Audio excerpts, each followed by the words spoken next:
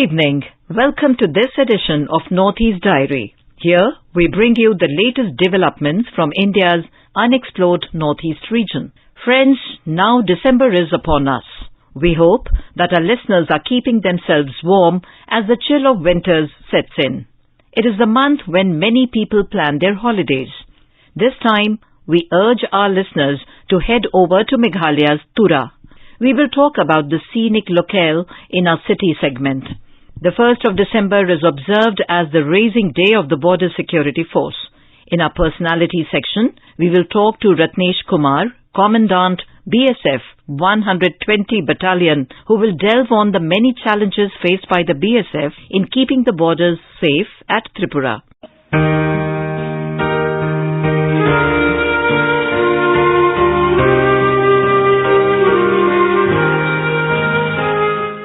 The youth of Mizoram is best known for their love of music. They are not simply music lovers, rather, most of the youth are singers and musicians. Also, the sylvan settings and the bewildering landscape of the state have made the Mizo youth develop a zeal for photography. Recently, 2 separate initiatives have come up to encourage the Mizo youth more in the field of music and photography. We have more details from a correspondent from Aizawl. Mizoram Youth Commission MYC is a vital organization of the state government that looks after issues of welfare and development of the youths of the state. The MYC plays a key role in formulating welfare schemes for the youths, and most importantly, this organization takes initiatives round the year for the promotion and skill development of the youth in performing art and creativity. Recently, Mizoram Youth Commission signed a Memorandum of Understanding with the Asian Music Network named Music Connect Asia to provide exposure for Mizo singers and musicians. According to the officials, the MOU has been signed because the Music Connect Asia is an artist-driven venture for Asian singers and musicians and has been working for connecting and creating avenues world over. With the signing of MOU, the musicians from the state would get opportunities to get wider exposure and can participate in worldwide music festivals and music markets. On the similar line of promoting the local talents, Mizoram Youth Commission has taken up an initiative of organizing a 5-day photographic salon at Aizawl recently. While inaugurating the photographic salon, the MYC chairman, Dr. Vanlal Chanpuya, said that the main focus of MYC is to find talents of young youths and nurture them to scale up their skills worthy of employment. On the occasion, Dr. Vanlal Chanpuya expressed hope that the participating photographers would excel in the competitive fields in national and international platforms. He further informed that the MYC has tied up with the National Academy of Photography and Federation of Indian Photography with the objective that these 2 national organizations will help to hone the skills of Mizo photographers so that they can take up photography as a successful career. An event of exhibition cum selling, the salon exhibited 119 pictures of different genres like nature, flora and fauna, culture, women, rural life, and it was jointly organized by Mizoram School of Photography and Photographic Club of Mizoram. It had a participation of 37 photographers from different areas of the state. For Northeast Diary, this is Irene from Aizawl.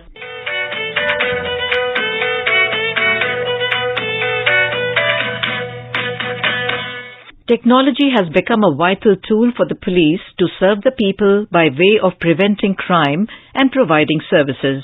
Keeping this in view, the Nagaland Police has launched a mobile application, Call Your Cop, for facilitating the users to get in touch with the law enforcers anywhere in the state. Telling us more about this initiative is Asuno, our Kohima correspondent. Director General of Police Nagaland T. John Longkumar on Monday launched the Call Your Cop mobile application at the police headquarters in Kohima. Today in this world, the IT, the internet, the mobile, that is all pervasive. We cannot do without it. Sometimes it's used for criminal activities, for wrongdoing, for harassment of women. So it is only proper that we develop an app which will help us to help all the citizens. So this initiative is also in keeping with the total modernization of the police department, not only in Nagaland, but all over India. The mobile application is one among the important initiatives by the Nagaland police as it aims to bridge the gap between the police and the citizens. The Call Your Cop app has the contact numbers of Nagaland police officers along with other features including alerts, tourist tips, SOS and emergency numbers, nearest police stations and search feature. It aims to provide a single repository for storing contact information of all Nagaland police human resources. It will enable users to search and find police officers, police station details with an interactive map besides other features. The mobile application is now available on the Google Play Store for Android user and will be available for iOS users soon. For Northeast Diary, this is Asunyo from AIR News, Kohima.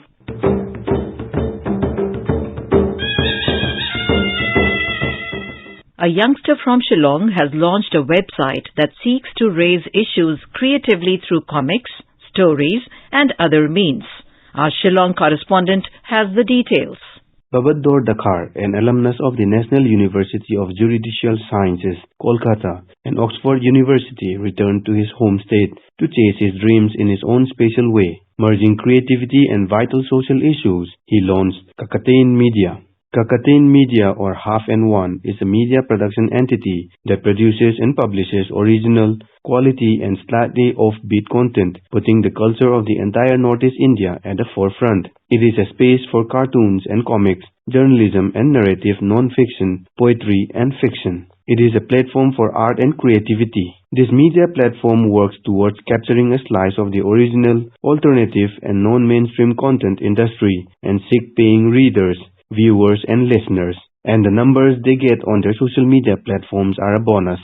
So the bigger entity is called Kakatain Media. Kakatain Media means a word, media, and it's supposed to be a media and production entity. And at the heart of Kakatain Media is Half and One. Half and One is a platform for journalism and narrative non-fiction. It's a platform for short stories and poetry. It's a platform for comic books and cartoons. It's now a platform for videos and documentaries and podcasts. So all the things that we consider to be creative and original, we try and do at Kakatain Media and then Half and One. I knew that I wanted to create something that was nice and substantial in Shillong. And I knew that what I wanted to create had to do with things that were creative and things that were challenging to me, things that I found fun. And, writing and comic books and videos and podcasting. Ultimately, what sets the organization apart is its commitment to bringing stories, places unknown and unearthing hidden talents from the region. This is Rustam for Northeast Diary from AIR News, Shillong. The Serenity Run 2021, a high-altitude endurance full marathon of 42 kilometers, and the Serenity Ride, a mountain biking competition, which was recently organized in Sikkim, received a warm response from participants. It was the first such event involving high altitude organized in the state. We have a report. The Serenity Run 2021 was flagged off from Tasi Viewpoint, Gangtok and ended at the height of 12,400 feet at the popular tourist spot of Changmu or the Changu Lake. Around 100 long-distance runners and 70 cyclists participate in the event, which was flagged off by National Boxing Coach and Dronachari awardee Sandhya Gurung. Organizer Uday C. Rai says the objective and his plan to take the event to higher level. The mountain bike competition was started from Chongye towards Changu Lake, and the marathon started from Tasi Viewpoint to Changu Lake, from 6,500 feet to 12,000, approximately 400 feet. The event was flagged off by Dronachari awardee Mrs. Sandhya Gurung. The main aim of organizing the event is to inculcate spirit of competition among our youth by providing them a new platform and also test the physical endurance of athletes from the region. This event would further encourage our many upcoming talents from region to highlight their potential and experience competition, which will further enable them to take part in bigger competition all over the world. The oldest participant in the competition was 60 years in cycling, and the marathon, the youngest was 13 years old. The winner of the marathon completed the kilometers, this whole thing in 3 hours 57 minutes, while the cycling competition completed this 42 kilometers in 2 hours 57 minutes. And we are hopeful that this event will grow up to become a global event, and it has a potential to achieve a higher goal, and this event will eventually support and help the young generation to achieve higher and bigger goals in life. Shanda Gurung appreciated the initiative for providing a big platform for local athletes and for encouraging the young generation to take up sports and adopt a healthy way of living. With Cycle Sarkar and Sagar Chetri, this is Diliram Dulal for Northeast Diary from AIR News Sikkim. It is because of our soldiers that we sleep at home peacefully. It is because of these brave hearts and their sacrifice that we could play Holi, celebrate Diwali, or Eid gracefully and peacefully. December 1st is celebrated as the raising day of our border security force.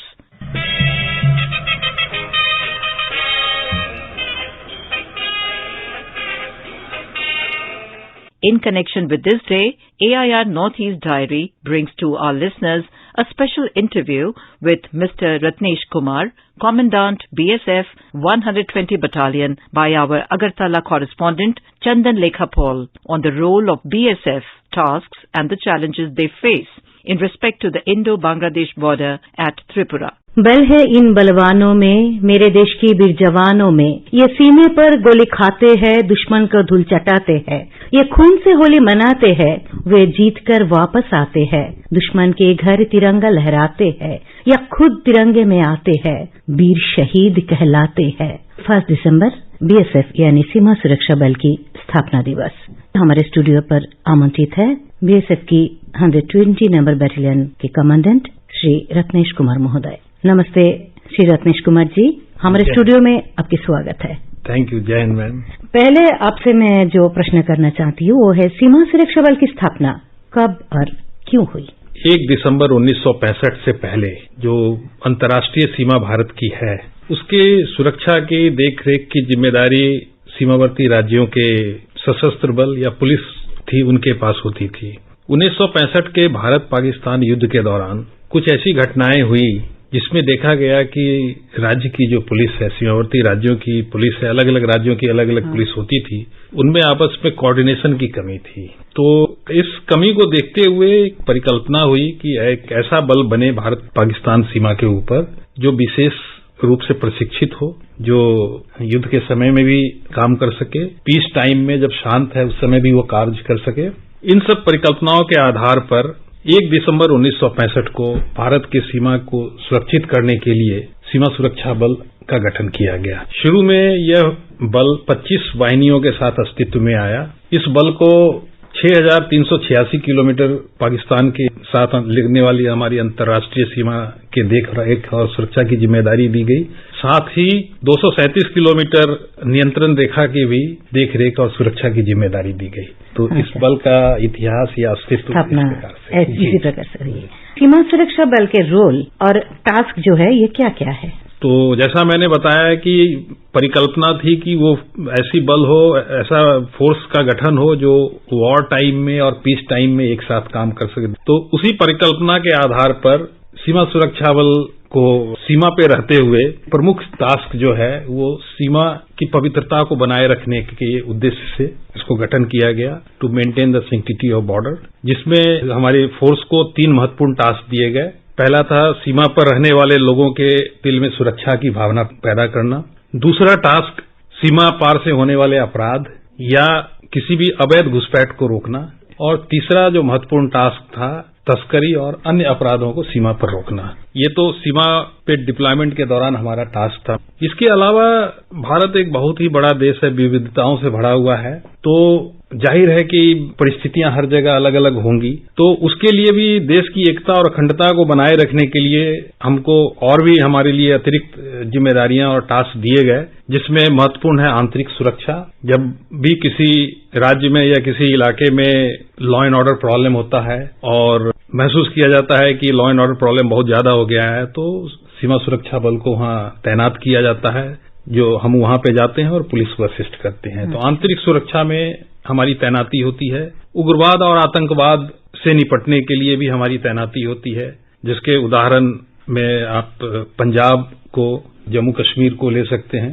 फिलहाल में अभी BSF जो है हमारे नक्सल प्रभावित क्षेत्रों में लगी हुई है, उड़ीसा छत्तीसगढ़ के इलाकों में ऑपरेशन कर रही है। राष्ट्रीय आपदा प्रबंधन में सीमा सुरक्षा बल की 3 बटालियन प्रशिक्षित है और कहीं भी कोई भी राष्ट्रीय आपदा आता है तो हमारे 3 बटालियन वहां पे जाती है। वॉर टाइम में भी हमारा जो रोल है देश की एकता और अखंडता को बनाए रखना, जिसके तहत हम भारतीय सेना के साथ मिलकर के सीमा के ऊपर, क्योंकि मैंने जैसा बताया हमारी ट्रेनिंग उस तरह की है कि वॉर टाइम में भी हम एक्ट करते हैं, तो वहां पे हम भारतीय सेना के साथ मिलकर के किसी भी ऑपरेशन में हम अपना योगदान देते हैं, जिसका ज्वलंत उदाहरण है 1971 का भारत पाकिस्तान युद्ध, जिसमें सीमा सुरक्षा बल ने काफी बढ़ चढ़ कर हिस्सा दिया, काफी बलिदानी भी दिए और जीत का कुछ हिस्सा हमारे सेहरे भी आता है। धन्यवाद आपको। आज की चर्चा में हम जोर देंगे जिस पर, वो है त्रिपुरा में बीएसएफ क्या क्या कर रहा है, क्या भूमिका है, क्या रोल या क्या टास्क है। 1971 16 दिसंबर बांग्लादेश आजाद हुआ और त्रिपुरा जो है उसको 21 जनवरी 1972 को पूर्ण राज्य का दर्जा दिया गया। सीमा सुरक्षा बल वैसे तो पहले से यहाँ पे डिप्लॉय थी। जब ये त्रिपुरा राज्य बना तो त्रिपुरा राज्य का 856 किलोमीटर की सीमा रेखा जो है बांग्लादेश के साथ लगती है, तो और एक छोटा सा पोर्शन नॉर्थ ईस्ट पोर्शन जो है त्रिपुरा का वो भारत के 2 राज्य के साथ मिलता है, वो है आसाम और मिजोरम। जी, तो अब जाहिर है इतना लंबा सीमा रेखा है तो यहाँ पे सीमा सुरक्षा बल का रोल और टास्क भी महत्वपूर्ण होगा। हर जगह पे सीमा सुरक्षा बल की आवश्यकता, चैलेंजेज वगैरह होंगी, तो हमारे यहाँ पे त्रिपुरा में भी हमारे पास चैलेंजेज, रोल और टास्क थे, वही रोल और टास्क थे जो हमारे संविधान ने हमको दिया था। अच्छा। जो मैंने बताया, सीमा की पवित्रता बनाए रखने के लिए यहाँ के नागरिकों के दिल में सुरक्षा की भावना पैदा करना और अवैध घुसपैठ को रोकना, स्मगलिंग को रोकना।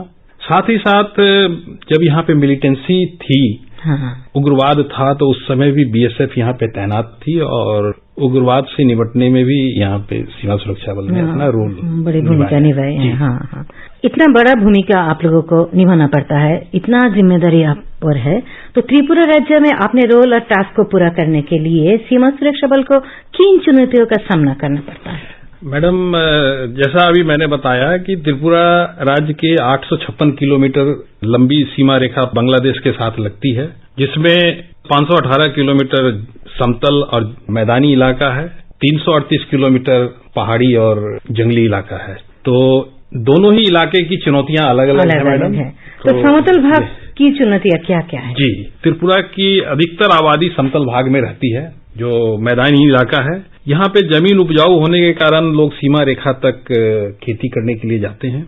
बांग्लादेश के तरफ भी यही स्थिति है, वहां से भी लोग सीमा रेखा तक खेती करने आते हैं। साथ ही कुछ ऐसे भी पॉकेट्स हैं, ऐसे भी इलाके हैं भारत में, हमारे त्रिपुरा राज्य में, जहां पे जो हमारे नागरिक हैं वो सीमा रेखा तक निवास करते हैं। तो जाहिर है वहां पे काफी सारे अपराध भी पनपेंगे।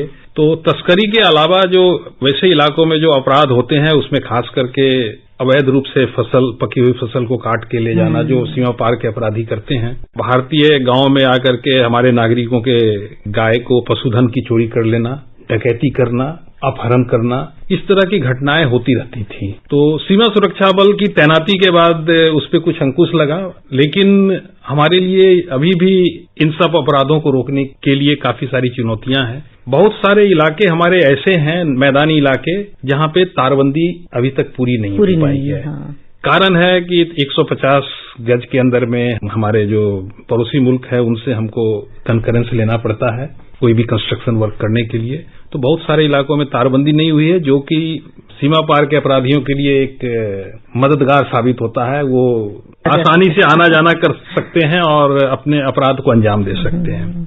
जो हमारे तारबंदी वाले इलाके हैं वहां भी बहुत सारे नदी और नालों के कारण गैप्स बने हुए हैं, जो हमारे लिए एक चुनौती है। इसके अलावा जो सबसे महत्वपूर्ण हमारे लिए यहाँ पे चुनौती है वो है भारत और बांग्लादेश के बीच में नस्ली, भाषाई और सांस्कृतिक समानता, ethnic, lingual and cultural similarity. इसके कारण हमारे लिए ये एक चुनौतीपूर्ण कार्य है कि अगर किसी घुसपैठिए को हमने पकड़ा भी है, घुसपैठिया है या नहीं है, वो आइडेंटिफाई करना हमारे लिए एक चुनौती है। हमारे जो प्रहरी हैं, सीमा प्रहरी हैं, हमारे जो कार्मिक हैं, क्योंकि ये भारत के अलग अलग राज्य से आते हैं, तो लोकल लैंग्वेज समझने में या कम्युनिकेट करने में मिसअंडरस्टैंडिंग भी होता है। मान लिया हम कुछ बोलना चाह रहे हैं, पब्लिक समझ नहीं पा रहे हैं। हाँ। तो उसके कारण वो भी हमारे लिए एक भाषा एक अलग चुनौती है हमारे लिए।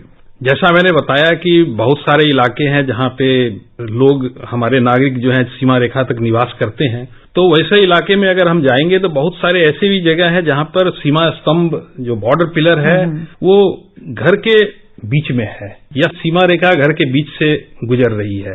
तो वो हमारे लिए एक, उस इलाकों को में सीमा प्रबंधन हमारे लिए एक बहुत बड़ी चुनौती है, क्योंकि एक तो समानता है दोनों नागरिक में, और बहुत सारे ऐसे घर भी हैं जिनका बांग्लादेश में संबंध है, रिश्तेदारी है। बहुत तो भाई बांग्लादेश में रहते हैं, एक भाई बांग्लादेश में, एक भाई भारत में।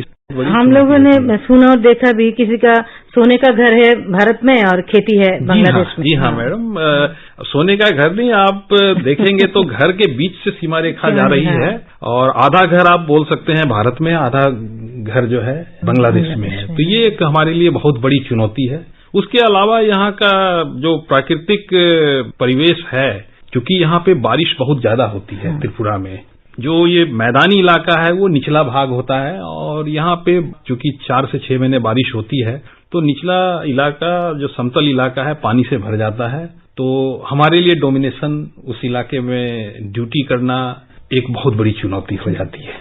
तो ये मैदानी इलाके की ये कुछ चुनौती। त्रिपुरा में तो पहाड़ी इलाका भी है जी, तो पहाड़ एवं जंगली जो इलाकों, वहाँ की चुनौतियाँ क्या क्या है? जी जी, जो मैंने बताया है कि 338 किलोमीटर लंबी सीमा रेखा पहाड़ी और जंगली इलाके से मिलती जुलती है। इसमें भारत और बांग्लादेश में भौगोलिक परिस्थिति सेम है। जैसा भारत में भौगोलिक बनावट है, वही बनावट बांग्लादेश में भी है। यहाँ की पहाड़ियां कच्ची है और जंगल ट्रॉपिकल रेन रीजन होने के कारण जंगल काफी घने हैं। बारिश बहुत होने के कारण कच्ची पहाड़ियों में लैंडस्लाइड होता है। जी, तो जो पहाड़ी और जंगली इलाका है, वहाँ पे पॉपुलेशन बहुत ही कम है। कुछ यहाँ के जो मूल निवासी हैं, ट्राइबल जनजाति के लोग हैं, वो उस इलाके में छोटे छोटे गांव में रहते हैं।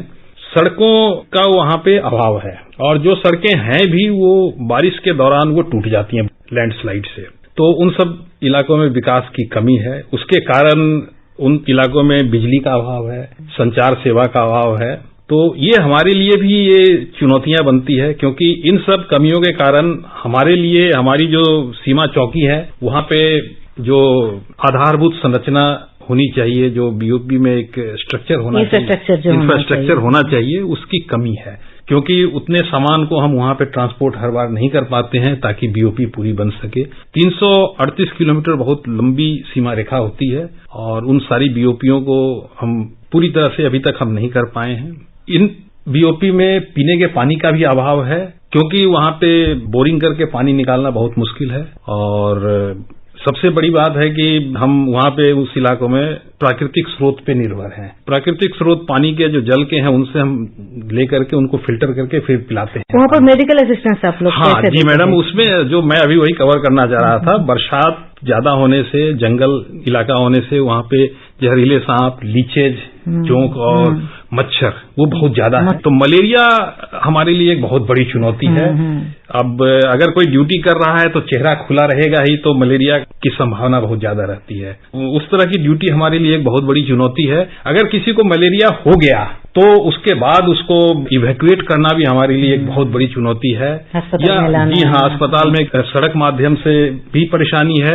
अगर हम उसको हेलीकॉप्टर से भी लाते हैं तो अगर बारिश का मौसम हो रहा है, तो अगर मौसम ठीक नहीं है तो हेलीकॉप्टर भी लैंड नहीं कर सकता है। तो ये हमारे लिए वहाँ की बहुत बड़ी चुनौती है। मलेरिया होना या किसी भी तरह की बीमारी हो जाने से रसद आपूर्ति की भी बहुत बड़ी परेशानी है, बहुत बड़ी चुनौती है हमारे यहाँ। रसद आपूर्ति, दवा पहुंचाना हमारी बीओपी के लिए। इतनी सारी प्रतिकूल परिस्थितियों के बावजूद भी एक सीमा प्रहरी जो हमारा मोटो है जीवन पर्यंत कर्तव्य, उसको हम पूरा करते हैं और देश का सर ऊंचा रखने के लिए हम कटिबद्ध हैं। अंतिम क्षण तक हम इसको करेंगे। प्यारे श्रोताओं, देखिए आते जाते हम रास्ते के पास या ड्यूटी पे या कभी कभार घूमने के टाइम बॉर्डर में वर्दी वाले को देख लेते, लेकिन इनके बारे में हम कितना कम जानते हैं। ये क्या क्या करते हैं हमारे लिए, हमारे सुरक्षा के लिए, देश की सुरक्षा के लिए। कुछ झलकियां अभी हम लोगों ने सुना श्री रत्नेश कुमार जी से। आपको बहुत बहुत बधाई है, धन्यवाद है हमारे तरफ से। आप थोड़ा समय निकल कर यहाँ आए, हमें इतना जानकारी दी। आगे भी आपसे बहुत कुछ जानने का आशा है, उम्मीद है हमें। धन्यवाद फिर एक बार। धन्यवाद। नमस्ते। जय Hind.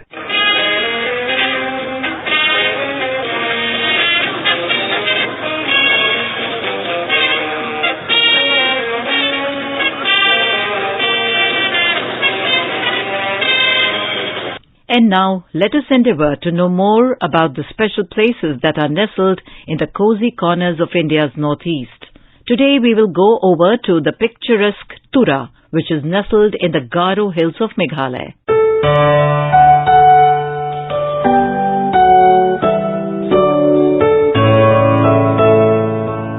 With a rich cultural heritage and beautiful landscapes, Meghalaya, the abode of clouds, is a blissful state full of heavenly hills, charming lakes, enchanted valleys, mysterious caves, and magnificent waterfalls. On the western part of this state lies the Hillytown Tura. It is the administrative headquarters of the West Garo Hills district and is the ecotourism hub of Meghalaya. Tura boasts undisturbed biodiversity and is shrouded with the fragrance of mountains and greenery. The largest town in the Garo Hills, Tura, will appeal to nature lovers because of the greenery that one finds everywhere in this town. The town blends into the forest rather than intruding into it, and the nearby wildlife even can be seen visiting some of the neighborhoods. Tura is an ideal base for those who seek adventure in the Garo Hills, a town where the authentic Garo way of life is as strong as ever.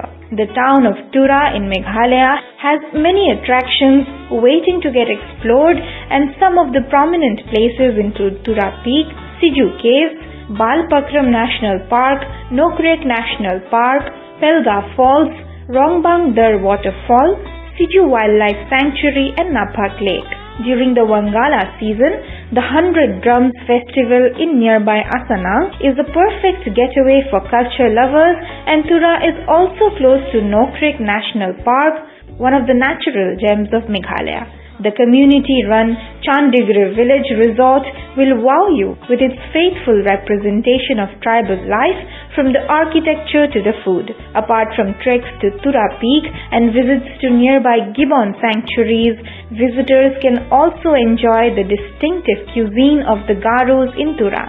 The main residents of Tura are the Garo tribe, and Christianity is the main religion. Almost 100% of the Garos are Christians. There are different Christian denominations like Baptist, Catholic, Seventh-day Adventist, Church of Jesus Christ, Christian Revival Church, and so on. The Garos have a matrilineal society, whereas Hajongs are Hindu. Apart from the Garos, Tura also hosts a variety of other tribes like Hajongs, Kuches, Rabhas, Boros, and other indigenous Assamese communities who are Hindu by religion. There are also a considerable number of immigrant Bengali, Bihari, and Nepali speaking community. There are many varieties of food available. The common one is the traditional Garo food. Traditional Garo food includes boiled rice, different preparations of pork, beef, chicken, and dry fish. The common delicacies are rice cakes called sakkin, made with locally grown sticky rice and sesame seed, and pita, made with crushed sticky rice and jaggery, jakket, made with sticky rice flour and sesame seeds. There are many varieties of locally made drinks. Minil bichi or mi bichi, rice beer, which is made of fermented sticky rice or normal rice, is one of the most common drinks. With Rustam from Shillong, Suparna Saikya for Northeast Diary.